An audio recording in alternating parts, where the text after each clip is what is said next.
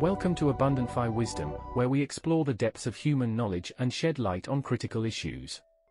Today, we delve into a dark chapter of history, the persistent and insidious evil of anti-Semitism. Recent events, such as the dismissal of CNN producer Idris Mukhtar Ibrahim for his past anti-Semitic tweets, and the controversy surrounding rapper Kanye West's hateful remarks, serve as stark reminders that anti-Semitism is not confined to the pages of history books. It remains a potent force, poisoning hearts and minds even today. Our journey will take us across continents and centuries, tracing the origins of this ancient hatred and its devastating impact on countless lives. We will witness the cruelty of pogroms, the horrors of the Holocaust, and the insidious spread of anti-Semitic conspiracy theories. But this is not just a story of suffering. It is also a story of resilience, of the indomitable human spirit that rises above prejudice and hate.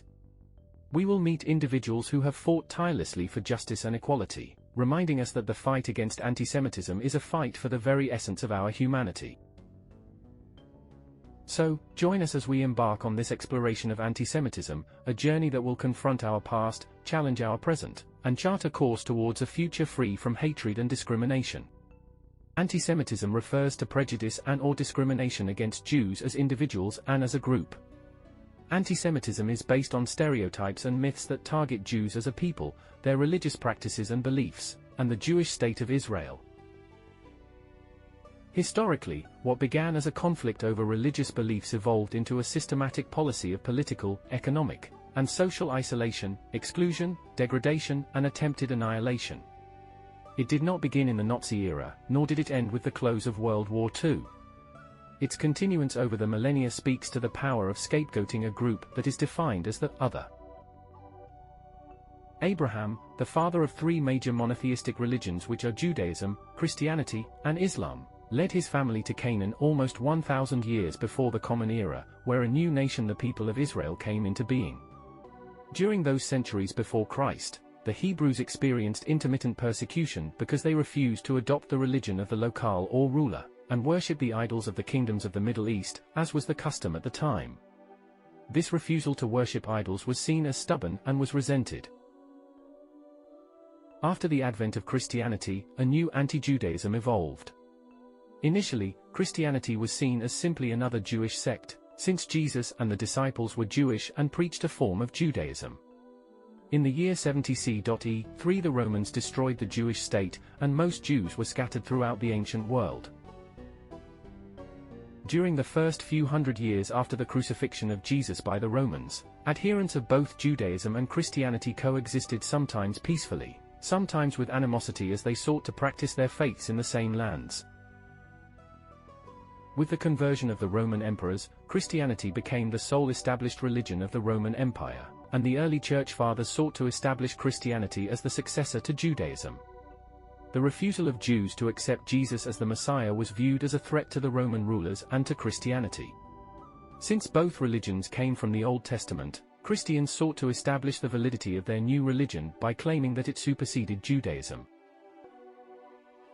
During the next 3 centuries, 300 to 600 CE, a new pattern of institutionalized discrimination against Jews occurred. Jews were forbidden to marry Christians. 399 CE, were prohibited from holding positions in government, for 39 CE, and were prevented from appearing as witnesses against Christians in court, 531 CE. As Jews were officially being ostracized, certain bizarre fantasies about Jews arose in Northern Europe that foreshadowed the anti-Semitism of the 20th century. It was alleged that Jews had horns and tails and engaged in ritual murder of Christians. The latter allegation, referred to as blood libel, was devised by Thomas of Monmouth in 1150 to explain the mysterious death of a Christian boy. This theme recurs in English and German myths. In 1095, Pope Urban II made a general appeal to the Christians of Europe to take up the cross and sword and liberate the Holy Land from the Muslims, beginning what was to be known as the Crusades. The religious fervor that drove men, and later even children, on the Crusades was to have direct consequences for Jews. The Crusader army, which more closely resembled a mob, swept through Jewish communities, looting, raping and massacring Jews as they went. Thus the pogrom, the organized massacre of a targeted group of people, was born. During the middle of the 14th century, the bubonic plague spread throughout Europe, killing an estimated one-third of the population. Fear, superstition, and ignorance prompted the need to find someone to blame, and the Jews were a convenient scapegoat because of the myths and stereotypes that were already believed about them. Though Jews were also dying from the plague, they were accused of poisoning wells and spreading the disease. In Germany and Austria it is estimated that 100,000 Jews were burned alive for this and other false accusations, including using the blood of Christian boys to make Passover matzot and for desecrating sacramental wafers. Stereotypes in Christian church art were used to inflame the masses. Martin Luther, the founder of the 16th century Reformation and Protestantism, wrote a pamphlet in 1545 entitled The Jews and Their Lies, claiming that Jews thirsted for Christian blood and urging the slaying of the Jews. The Nazis reprinted it in 1935. Some scholars feel that these scurrilous attacks mark the transition from anti-Judaism, attacks motivated because of the Jews' refusal to accept Christianity, to anti-Semitism, hatred of Jews as a so-called race that would contaminate the purity of another race. Increasingly, Jews were subjected to political, economic, and social discrimination, resulting in the deprivation of their legal and civil rights.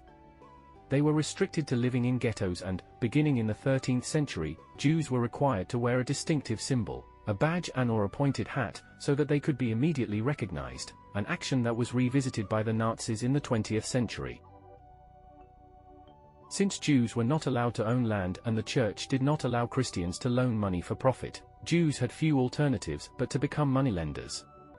Once they became associated with the forbidden trade of usury, the practice of lending money and charging high interest, a new set of stereotypes evolved around the Jews as money-hungry and greedy. As moneylenders, Jews were frequently useful to rulers who used their capital to build cathedrals and outfit armies. As long as the Jews benefited the ruler, either through finance or by serving as convenient scapegoats, they were tolerated. When it suited the ruler, they were expelled from England in 1290, France in 1394, and Spain in 1492.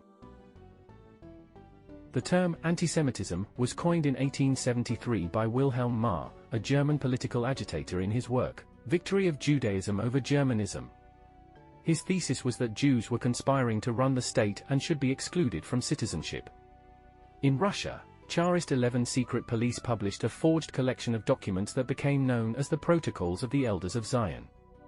It told of a secret plot by rabbis to take over the world. Racism and anti-Semitism were also facilitated by the development of social Darwinism, and pseudoscientific notions based on theories of racial superiority and inferiority. In 1894, Alfred Dreyfus, a Jew who was a captain in the French army, was falsely accused and convicted of selling military secrets to the Germans.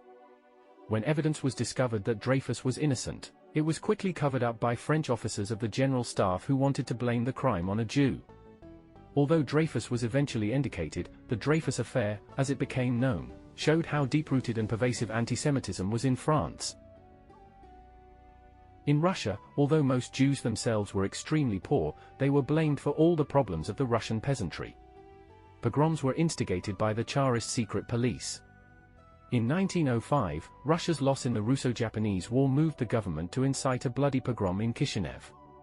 Between 1917 and 1921, after the Russian Revolution, more than 500 Jewish communities in the Ukraine were wiped out in pogroms. About 60,000 Jewish men, women, and children were murdered. Many have asked why anti-Semitic behavior turned into the genocide of the Jewish community in Germany, rather than in France or England, or Russia, as all had a tradition of anti-Semitism. Following World War I, Germany was a deeply troubled country. Having lost the war, its citizens felt humiliated by the defeat. The victorious countries, including the United States, France, and England, authored the Treaty of Versailles, a peace treaty which compelled Germany to give up territory and to pay reparations to countries whose lands it had damaged. Adolf Hitler was a demagogic leader, and obedience to authority was a strong cultural norm in Germany. Hitler called upon remembered myths of the blood libel from the Middle Ages to evoke fear that the Jews would contaminate what he referred to as the superior Aryan race. Therefore, according to Hitler's doctrine, all Jews and their genetic pool must be eliminated. Vatican on March 12, 1998. This century has witnessed an unspeakable tragedy, which can never be forgotten: the attempt by the Nazi regime to exterminate the Jewish people, with the consequent killing of millions of Jews. Women and men, old and young, children and infants, for the sole reason of their Jewish origin, were persecuted and deported. Some were killed immediately, while others were degraded, ill-treated, tortured and utterly robbed of their human dignity, and then murdered. Very few of those who entered the concentration camps survived, and those who did remained scarred for life. This was the Shoah. Speaking to 60 theologians and clergy from around the world at a Vatican symposium October 30 to November 1, 1997, Pope John Paul II recognized erroneous and unjust interpretations of the New Testament regarding the Jewish people, and their alleged culpability have circulated for too long and contributed to a lulling of many consciences at the time of World War II, so that, while there were Christians who did everything to save those who were persecuted, even to the point of risking their own lives, the spiritual resistance of many was not what humanity expected of Christ's disciples. After the Holocaust, after the world witnessed the horrors of Auschwitz, anti-Semitism became far less accepted. Seeing what anti-Semitism could lead to made peoples and nations ashamed of openly expressing anti-Semitism. In the case of the Catholic Church, it would eventually lead to real change, when in the 1960s, the Church removed the historic and dangerous charge against the Jewish people of being responsible for the death of Jesus. Anti-Semitism did not completely disappear, but the events of World War II significantly inhibited its expression. As the decades passed, as memories faded and criticism of the Jewish state of Israel mounted, many of these inhibitions weakened. In recent years, there has been a concerning upsurge of anti-Semitism around the world. Some is directly connected to Israel, accusing Israel of age-old anti-Semitic charges, such as blood libels and using evil power to control the world. Some manifestations of anti-Semitism are more indirect. The excessive criticism of Israel leads some people to feel more comfortable attacking Jews and Jewish institutions around the world. For example, during the current war in Gaza, there were 220 anti-Semitic incidents in the United Kingdom and 113 in France. Others are expressing anti-Semitism in more traditional ways.